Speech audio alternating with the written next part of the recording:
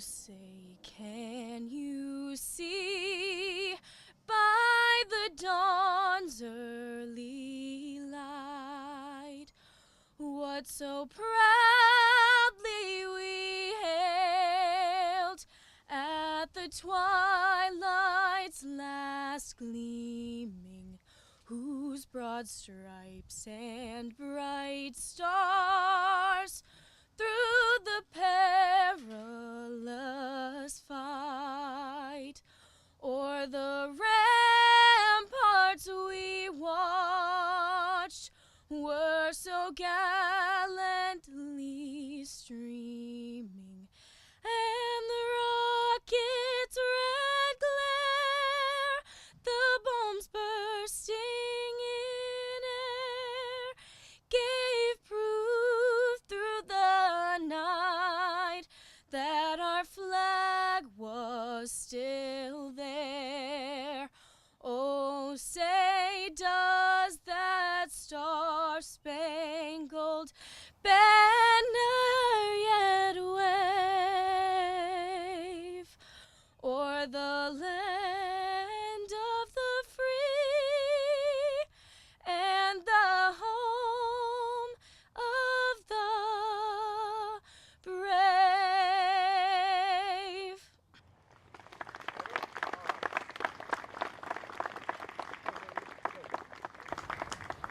Thank you for coming back every year, Nicole. Now it is my honor and privilege to introduce Vietnam veteran United States Marine Corps Deacon Cliff King to offer an invocation.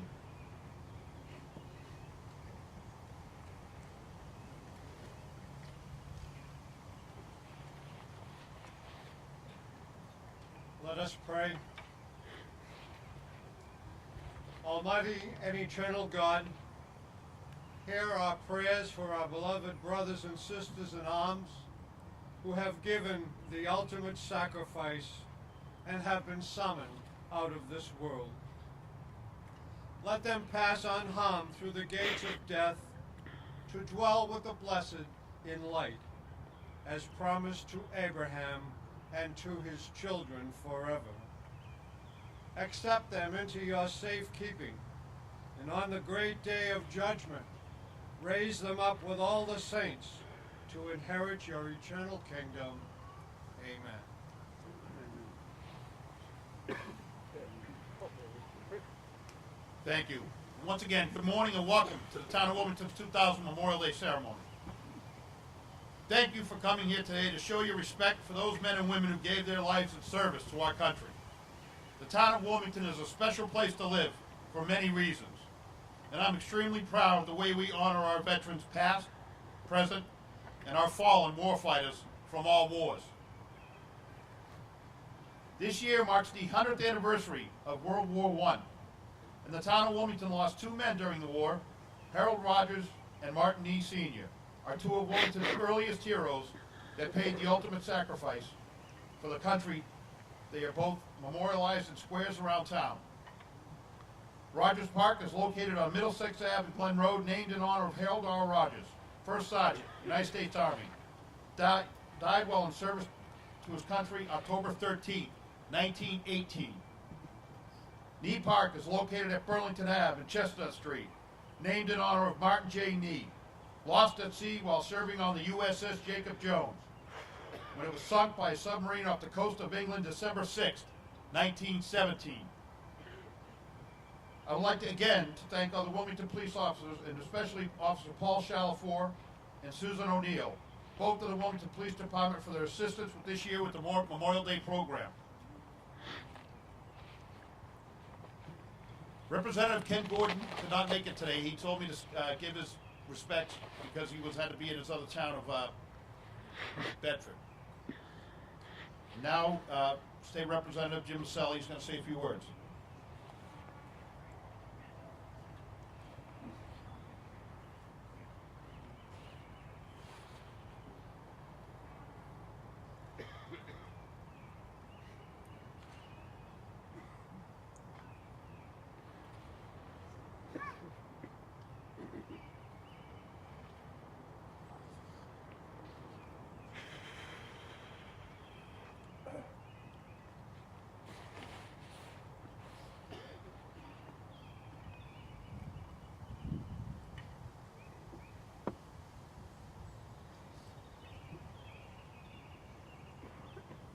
I've been coming here for more than 50 years, and the only time I've ever had a setback is now with this hip.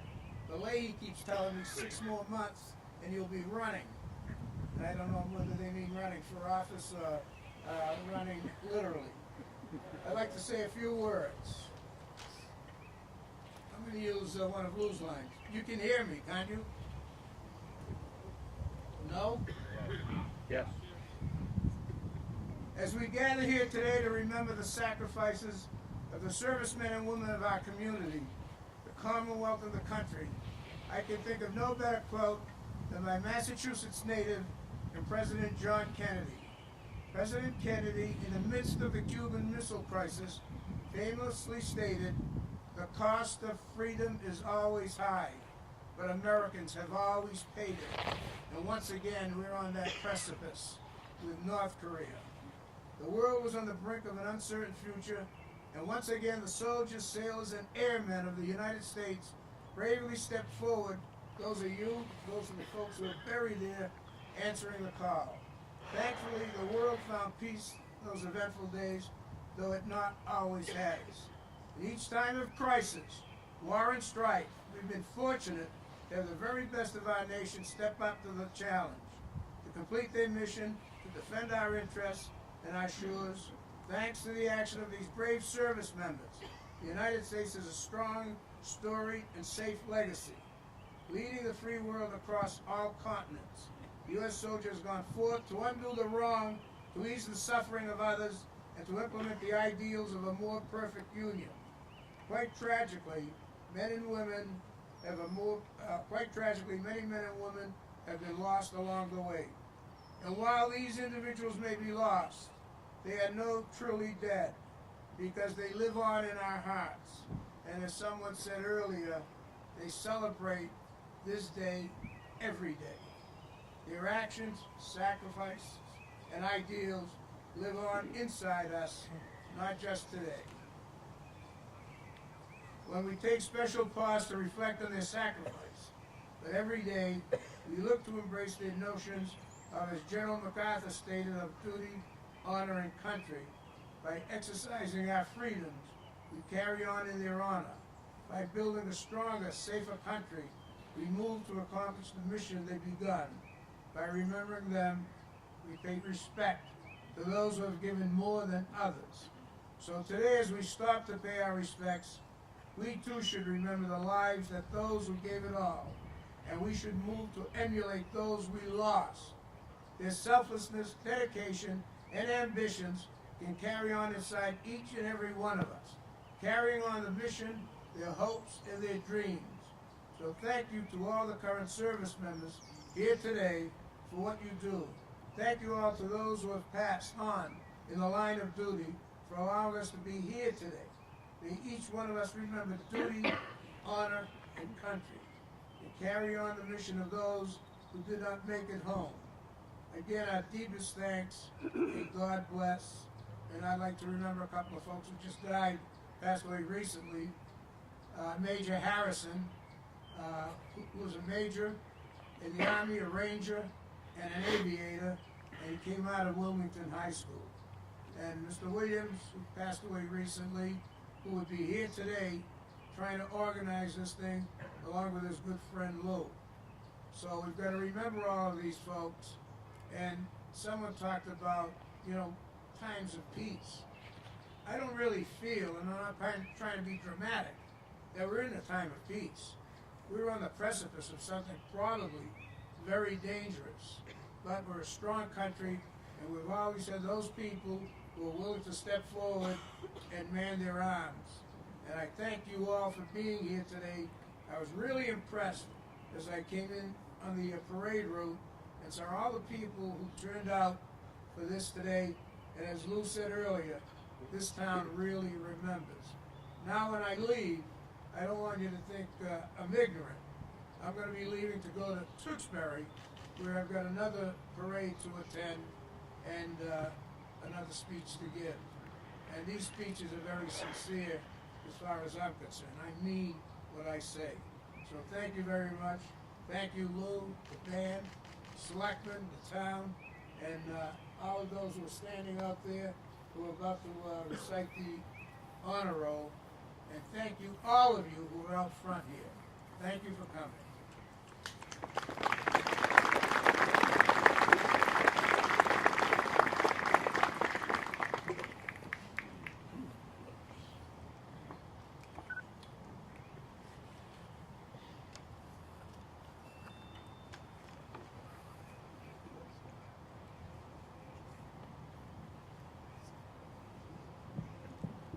Thank you, Jim.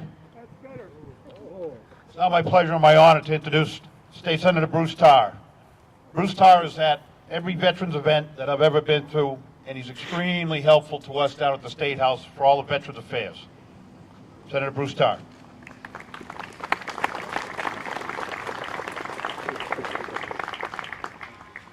Good morning, and thank you, Lou. And thank you, Lou, not only for gathering us here this morning for this most solemn of our responsibilities as citizens of this great country, but thank you as well in your role as a veteran service officer, making sure that the promises that we make to our veterans are kept each and every day, and that the benefits that we continue to offer as a Commonwealth of Massachusetts that leads this country in supporting our veterans, those promises are kept, those benefits are made available, and those who indeed deserve them are made aware of them and assisted in getting them.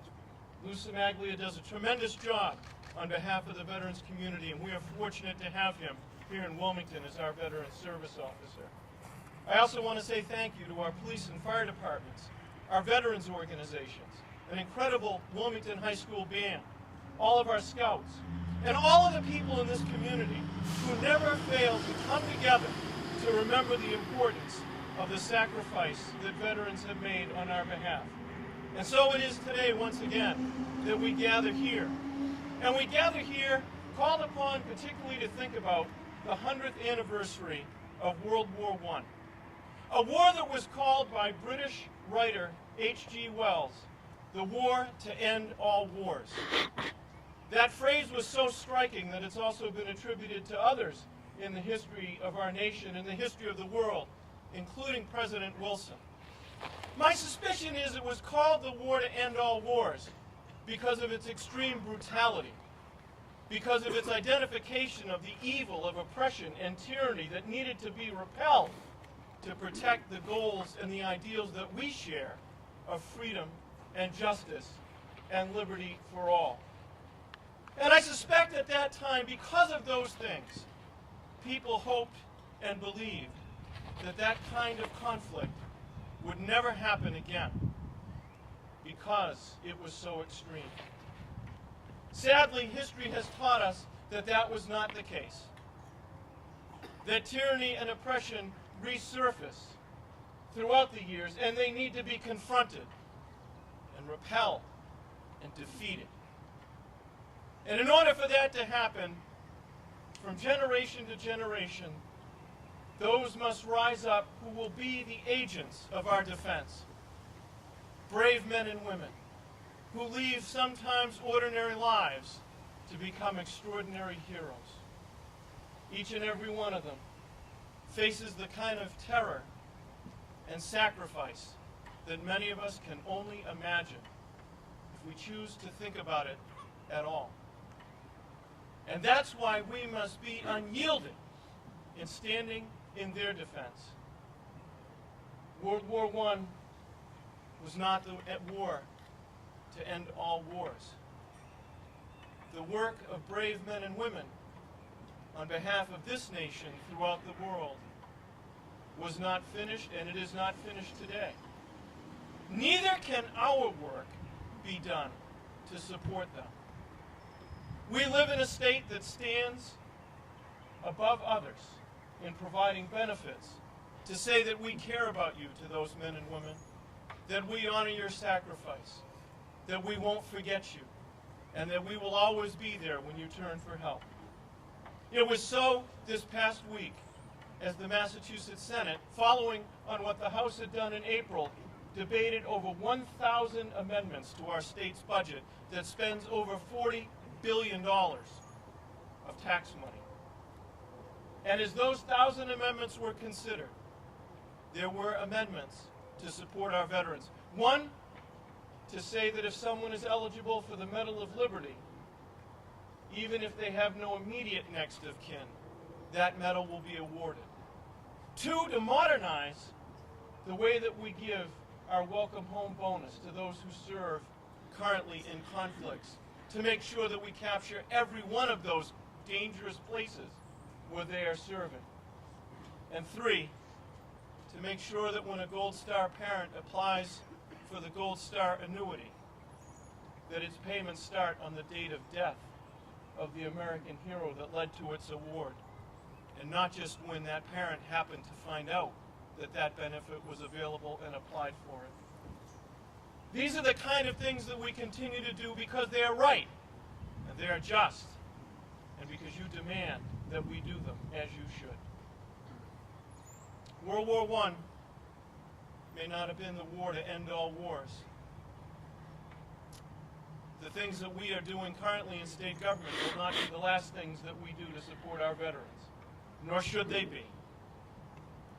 We must always remember that place in our hearts that belongs to the men and the women who have made sacrifice.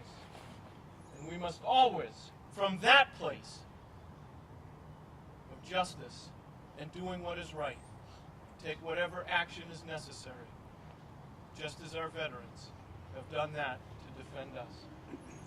May God bless those who have served.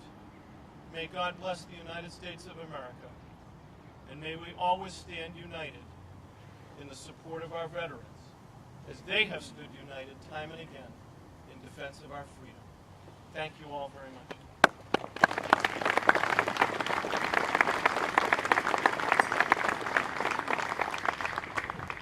Thank you, Senator Tarr. I'd like to recognize the Wilmington Board of Selectmen that are here today. Selectman Kevin Kyra, Selectman Greg Bendel, Selectman Mike McCoy, and Selectman Ed Lau. And I'd like to introduce the Chairman of the Board of Selectmen and invite him to say a few words, Michael Shampoo.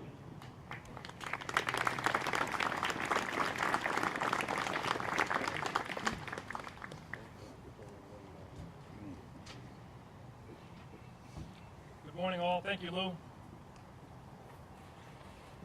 To me, there is no more beautiful sight than the cemetery around us here on Memorial Day.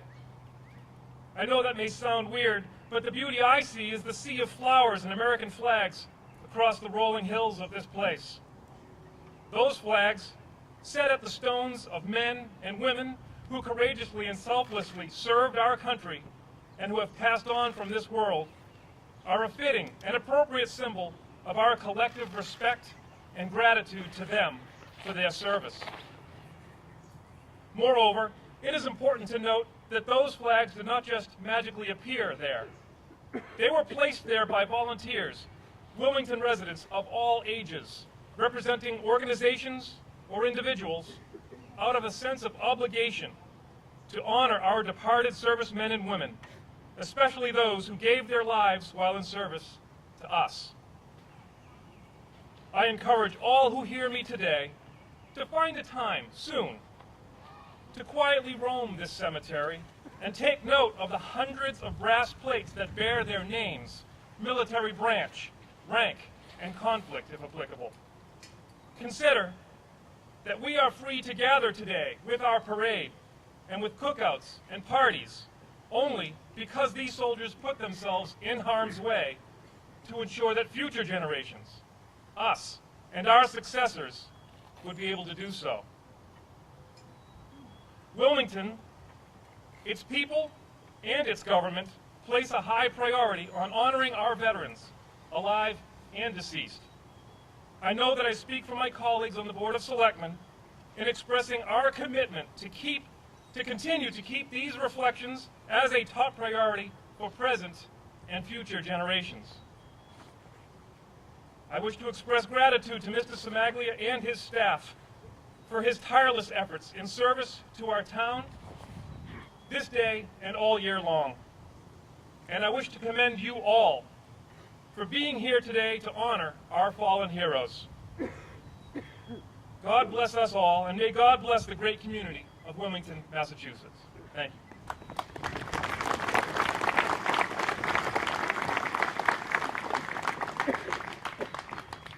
Now I'm going to introduce our town manager, Jeff Hull, who I'd like to publicly thank.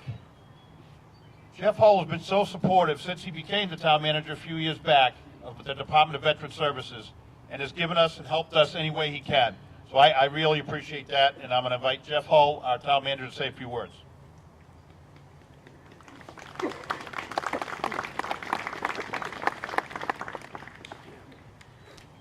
morning. We are gathered here to pay our respects to the fallen heroes. These are the men and women who gave everything they had so that we may pursue a more perfect union, so that we may speak our minds without fear of being silenced, so that we may worship the God of our choice or not worship a God at all, so that we may have a free press to shine a light on important issues. My son and I watched a movie a couple of days ago called Hacksaw Ridge. And it's based upon a true story about a battle that took place on Okinawa in World War II. The Americans were trying to take this fortification from the Japanese. The scenes in that movie were simply horrific. I can only imagine that there was some measure of artistic license, but even at that, to see what those men went through, this one particular conscientious objector saving 75 men injured during that battle, it really struck me as to what men and women throughout the ages have had to endure. From Saratoga to Gettysburg, San Juan Hill, the Chozon Reservoir, and the list goes on. And it prompted me to offer just something that I call, they were just like us. From humble homes, towns large and small, they were just like us. They came from families rich and poor, they were just like us. They had their dreams and strong desires, they were just like us. They had that special gal or guy, the burning hearts of love, they were just like us. They played youth sports, they marched in the band, they were just like us. They went to work, they went to school, they were just like us. They played their pranks, they had their fun, they were just like us. They drew support from family and friends, they were just like us. They faced their problems, some cursed, some prayed, they were just like us. They spread their wings, they tested themselves, they were just like us. But these fine men and women we remember here today, they gave their lives for this country grand. In this, they were not like us. May the veterans buried here today rest in eternal peace.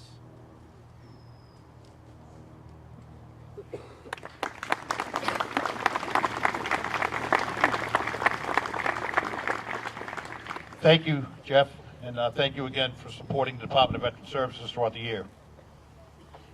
Often the question has been asked, who was a Gold Star mother? During the early days of World War I, a Blue Star banner was hung on the window and was used to represent each person, man or woman, in the military service of the United States. As the war progressed and men and women were killed in combat, others were wounded and died of their wounds, diseases, or accident, there came about the accepted usage of the Gold Star. Gold Star mothers have contributed their life's work for the greater good. Soldiers, sons, daughters, pay the ultimate price for our freedom. To honor the dead, we must honor the living. Gold Star families deserve our love, support, and respect. As is protocol, when a Gold Star family member is introduced, please hold your applause. It is my honor to introduce and welcome to Wilmington, Mrs. Doris Sarekos. Mrs. Sarekos is the mother of PFC Antonio Sarekos, And Tony was adopted from Paraguay. Lived in Lynn with his family until joining the Army after high school at the age of 19. He served a 9-month tour in Afghanistan and died by an accident at Fort Campbell, Kentucky on January 10th, 2013. He was scheduled to be discharged in March of that year. Ladies and gentlemen, I would also like to introduce Irene Richards. Irene Richards is a fairly new Gold Star mother. Her daughter, Deanna, passed away in Florida as she was preparing to deploy. It's my honor to introduce the two Gold Star mothers, Irene Richards, Doris Rekos.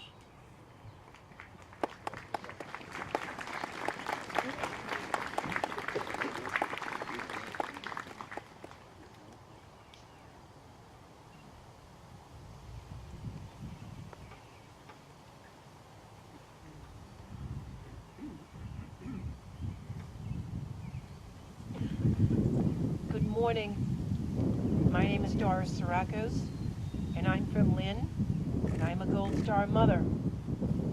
Many people, when they find out I'm a Gold Star mother, they say, "Oh, that's wonderful." Well, this is an organization nobody wants to be a member of. And I just want to thank you for having me come. And part of our job as Gold Star mothers is to educate people and just let people know that although our son or daughter might be gone, it's the family that's left that needs to pick up the pieces. I mean, every single day of our lives is Memorial Day.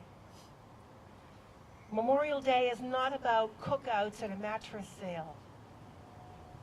The reason why we're here is to honor these men and women that they gave up their futures for us.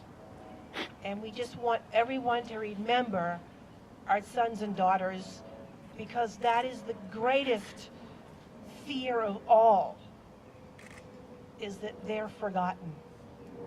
Thank you very much. I would just like to end off and say, freedom is not free, because all of us have paid the ultimate price. Thank you very much for inviting me.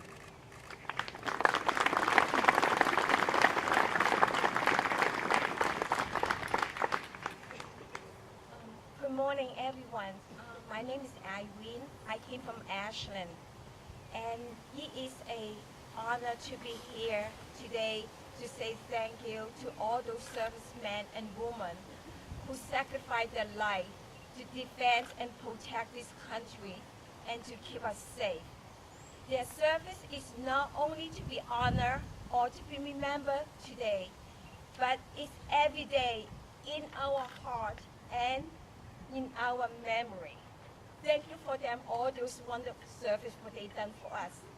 And also, I would like to take the opportunity to say thank you to my daughter, Cindy Ammon Deanna Kelsey Richards, Canyon Air Force Base, New Mexico, who chose me to be her mother, that we spent with such wonderful 26 years together. And I got to go to her graduation, Suffolk University, 2012. And a year later, I watched her fulfill her dream to become part of the U.S. Air Force. And Deanna is not just only my daughter, she's my best friend, filled with love, caring, kindness, and compassion. One line she quotes to me is, "Live your life to fullest, never stop smiling." With such good attitude and good spirits, she brings such joy, happiness to all the people around her, especially me. And Deanna, thank you for your service. I love you very much, and I miss you so much. You're always my little girl. Hold on my hand tight everywhere I go. You're always with me. Love you, Mom. And thank you, everyone, for all who involved with this such beautiful ceremony. It it means so much to everyone, to all the veterans past, present, and future. And just honor to be here. Thank you so much for everything. God bless all.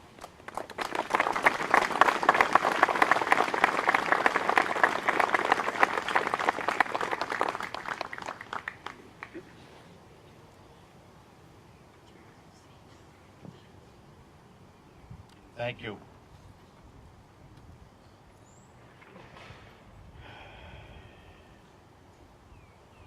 Sergeant at Arms, will you please escort Mr. Henry Diorio and his family to the podium? Last year I had the honor to present the Medal of Liberty to 2 Gold Star families from Wilmington. The Medal of Liberty is presented to Gold Star families of the Commonwealth of Massachusetts, authorized by Chapter 132 of the Acts of 2009. It is awarded to the next of kin of a serviceman or woman from the Commonwealth killed in action, or who died in service while in a designated combat area in the line of duty. The Medal of Liberty is offered and signed by Governor Charles D. Baker, the Adjutant General Major General Gary W. Keith. This year it is again my pleasure to honor and present the Medal of Liberty to the family of Mr. George Paris, Jr. Mr. Paris was killed in action on May 14, 1944.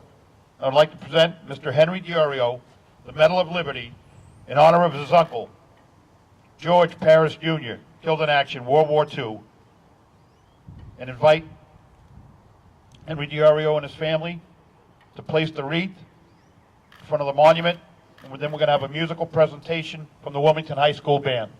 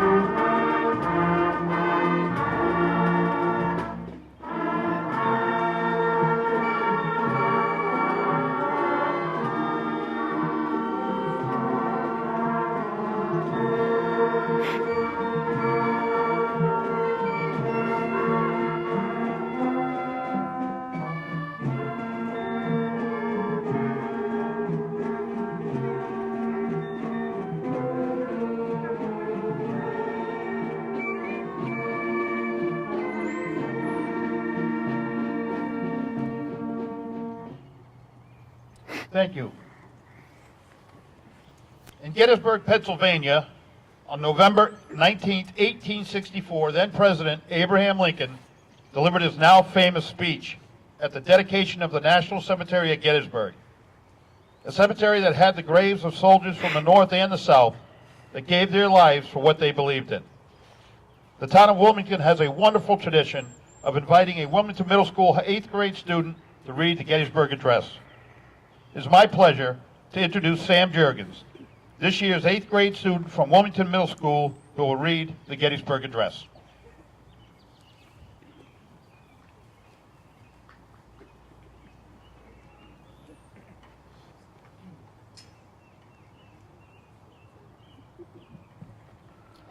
407 years ago, our fathers brought forth on this continent a new nation, conceived in liberty and dedicated to the proposition that all men are created equal.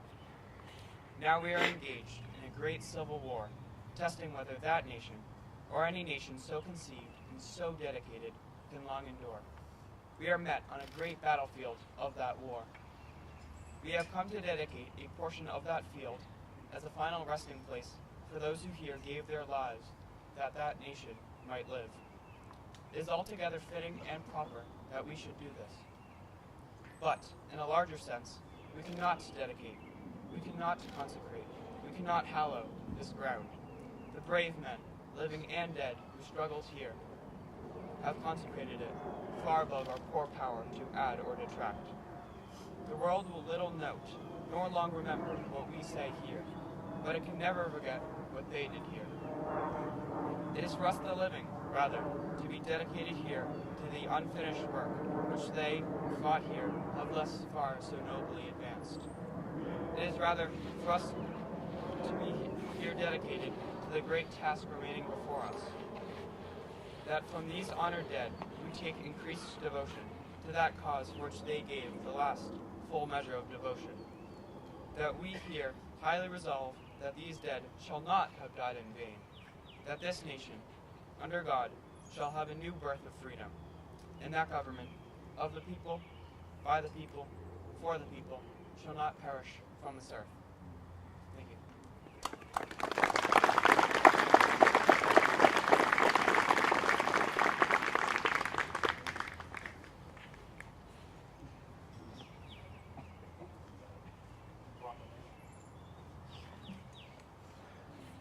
Thank you, Sam.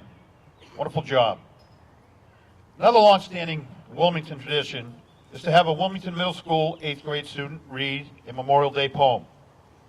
It is my pleasure to introduce Allison Prasad, this year's 8th grade student from the Wilmington Middle School, who will read a Memorial Day poem. Beside the Memorial Day poem, Allison will also read the Governor's Proclamation as part of the Project 351. Project 351 is a youth service nonprofit organization that develops a rising generation of community-first citizen leaders. It strives to foster unity and strengthen the ethic service throughout the engagement and enrichment of 8th grade. Ambassador for every city and town in Massachusetts. Each January, ambassadors are selected by hometown educators for an exemplary ethic of service and values of kindness, compassion, humanity, and gratitude. For a year's term, Project 351 invests in the ambassadors' capabilities to inspire their sense of possibility through customized service, experiences, results-driven leadership, training, and exposure to issues, role models, and opportunities that challenge and enrich. United States ambassadors progress through the values of social justice, drive transformation impact for a portfolio of nonprofit organizations, and commit to a lifetime of civic responsibility and service. The Governor's Office Memorial Day Proclamation will be read by Allison Prasad from the Project 351 class of 2017.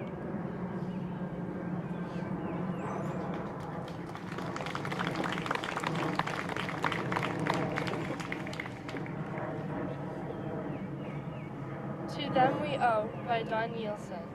Happened today and in the past, sacrifice made from ours to last. Wives to widows, families torn, gave their lives, for them we mourn. Gone forever, souls are lost, freedom comes with this cost. Enjoy the life they did preserve, fate they suffered, did not deserve. On this day, lest we forget, to them we owe our life in debt. A proclamation.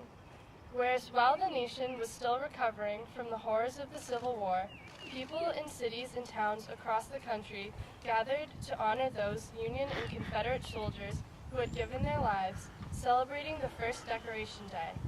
And, whereas after World War I, the nation came together again to honor those who had fallen in the service of their country, renamed Memorial Day, the last Monday in May is when people remember and honor the memory of all men and women who fought and died in all American wars and conflicts. And, whereas throughout our country history, thousands of Massachusetts citizens have fought in wars and conflicts to defend our safety and way of life. And whereas their legacy of patriotism and dedication to the country is an inspiration to all Americans, and whereas is it appropriate that all Massachusetts citizens remember the bravery of those who gave their lives, so that their sacrifices serve as a reminder of the cost of our freedom. Now, therefore I, Charles D. Baker, Governor of the Commonwealth of Massachusetts, do hereby proclaim May 29th, 2017 to be Memorial Day, and urge all the citizens of the Commonwealth to take cognizance of this event and participate fittingly in its observance. Given at the Executive Chamber in Boston, this first day of May in the year 2017, in the independence of the United States of America, the 241st, by His Excellency Charles D. Baker, Governor of the Commonwealth, Karen E. Polito, Lieutenant Governor of the Commonwealth, and William Francis Galvin, Secretary of the Commonwealth. God save the Commonwealth of Massachusetts. Thank you.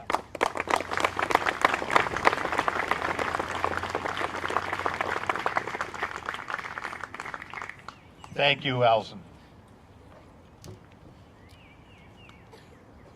We have a bright future in Wilmington with these young kids, young children coming up and taking the reins here to continue the services that we provide here in Wilmington. I'd also like to recognize to my left 3 young men, Matt Coleman, Kyle Marabito, and Skylar Cook. Recently returned from their basic training in AIT schools in the United States Army, and they're now currently serving in the Massachusetts National Guard.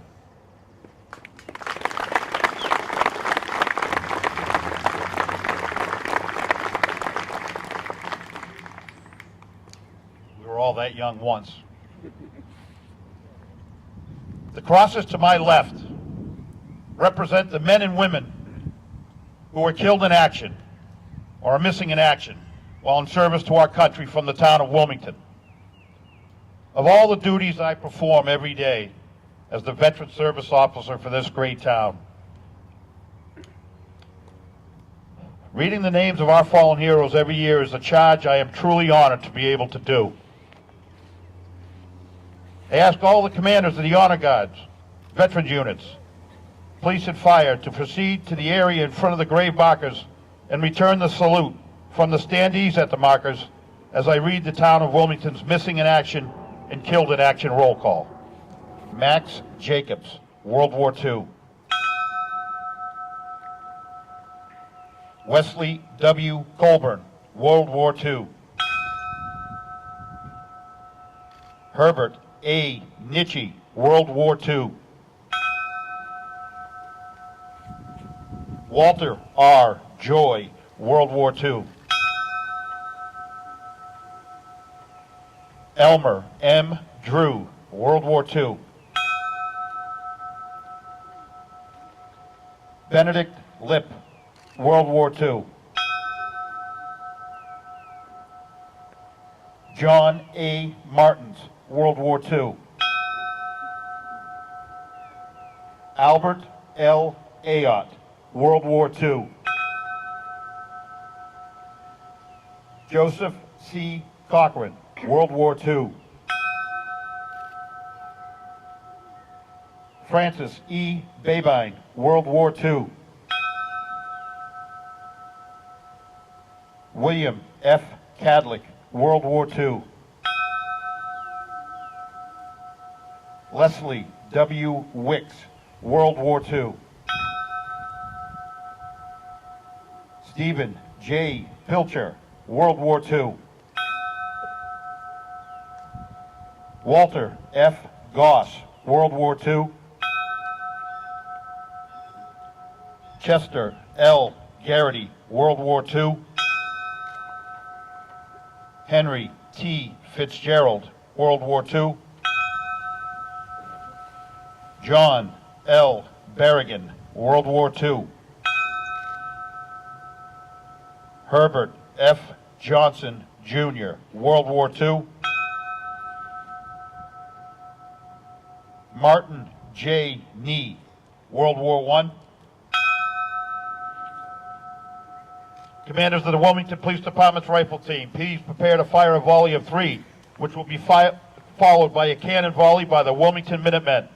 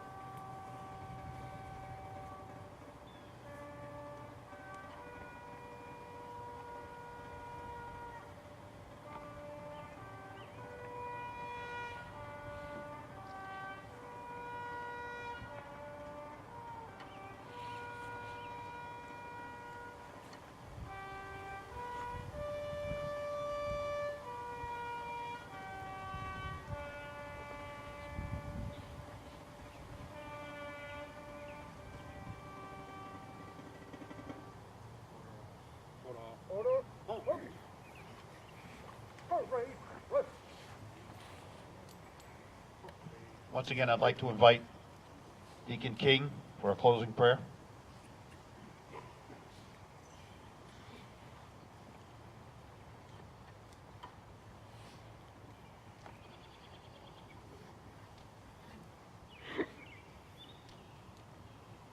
Let us pray. To you, O Lord, we commend the souls of our brothers and sisters in arms, and in your goodness, grant them everlasting peace. Surround the families of our fallen warriors with your love, that they not be overwhelmed by their loss, but have confidence in your goodness and strength to meet the days to come. We ask you also to watch over and to protect our brothers and sisters who are presently deployed. Keep them safe in your love and mercy, and when their work is done, send them home to us safely. Amen.